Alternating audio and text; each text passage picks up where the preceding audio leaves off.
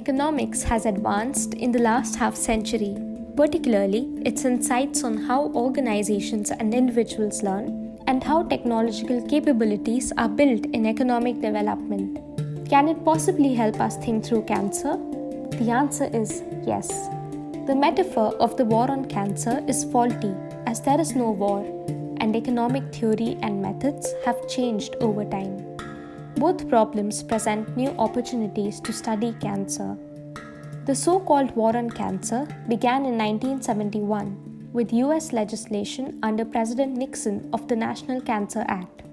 It dredged up funding goals towards cancer cure and treatment, creating both institutions and organizations of science and treatment to channel the funding. Alongside the growth of a cancer industry, public health momentum to educate and empower patients also emerged. The costs, pricing, and actors in the war were often discussed. And this idea of a war on cancer has been attractive to many for diverse reasons. However, despite the fact that such fiscal and scientific momentum may have good intent and focused attention on growing trends of cancer incidence, the war on cancer remains a poor metaphor as it dangerously distorts how we think of the dynamic economics and industrial organization in response to cancer. Cancer itself is a mix of complex biological processes. The science of cancer is also a wide mix of hypotheses, clinical procedures, laboratory techniques, analytical and algorithmic strategies, but often with many dead ends. A more fundamental problem, therefore, is that the economics is not of a war, but better understood as an evolving set of institutional combinations and many types of organizations. What type of economics are we referring to? Now, over the last 40 years, there has been a sea change in economics. One aspect of that has been enormous strides in what is called institutional as well as evolutionary economics. And why this matters is that these theoretical perspectives, of which there are many, have allowed us to develop a language of how economies actually change. What is it that is uncertain? How do we make sense of them? What kind of data should we look at?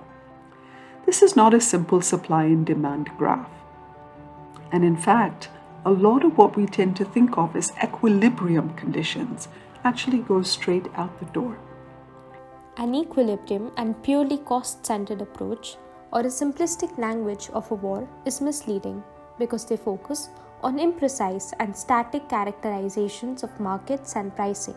While prices do matter, there are many policy menu choices for how to deal with them to make low-cost options available. The real answer lies in recognizing how the wider industrial effort of cancer is framed and studied rather than just the end products and services. Institutions are norms, customs, guidelines, standards, regulations, and other laws. Institutional change is a combination of many institutions changing over time. Several ICCA team-related publications jump right into these challenges. Market Menagerie, for example, discusses several specific combinations that have influenced India's health industry over time and gives an overview of how to think about country comparisons. Making Medicines in Africa has discussed different country specifics of industrial organization and the difficulties some countries have had in the health industry. Our ongoing edited book on cancer from the ICCA team discusses both country and specific cancer problem areas and what the gaps are in economics and policy design. Let's take the institution of procurement. It can be a powerful way to signal policy priorities and solve pressing health issues. Procurement of clinical instruments, screening equipment, or medicines and vaccines is in economic terms a set of rules and guidelines about how to acquire goods and services and ensure safety, quality, affordability, and often also transactional transparency.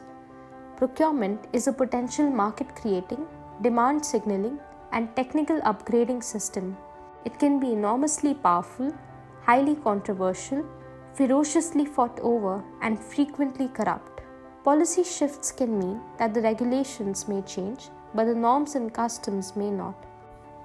Or regulations may be strictly adhered to, but the flexibility to identify innovation or quality criteria are missing for cancer. Evolutionary and institutional economics traditions use a range of methods, and they draw on associated traditions from philosophy, psychology, biology, mathematics, and other disciplines. This is useful because many engineering improvements for cancer care or quality improvements in services have to be assessed outside of the traditional science or laboratory R&D paradigms. The war on cancer is a false war. The economics is outdated, and new theoretical approaches, methods, and mixed methods to study technological change now exist. An innovative economy is one which generates new institutional and organizational ways of solving old and long-standing problems and adds to accessible knowledge systems. Thus, it cannot be evaluated solely on whether it is churning out new firms and technologies. We are currently in a world where customization to local health problems is vital, but there really is a kind of missing industrial and innovation set of assumptions about how firms behave or how organizations adapt to this economic environment. I have argued that the war on cancer is really a poor metaphor. Cancer is a complex biological process. It's not a single target for bellicose action. Science is not organized on war strategy principles. Even missions are not organized in this way. And the winners and losers in a military war really reflect neither the experience nor the choices of cancer patients nor of scientists. And a more fundamental problem that has underlaid the entire war on cancer, the so-called war, is that besides the faulty metaphor, the economics of the so-called war is also faulty. The underlying economics that presupposes that you can even launch this war has really nothing to say about the types of knowledge systems or the learning that underlie certain kinds of economic theories. Neither the economics nor the biology warrants the metaphor of the war on cancer. Theory, methods, and policy design have a major role to play, and multidisciplinary teams can help. We are moving into an exciting time of better understanding how economic systems can be characterized and how technologies evolve. This is also an opportunity to rework medical, law, economics, science, and engineering training.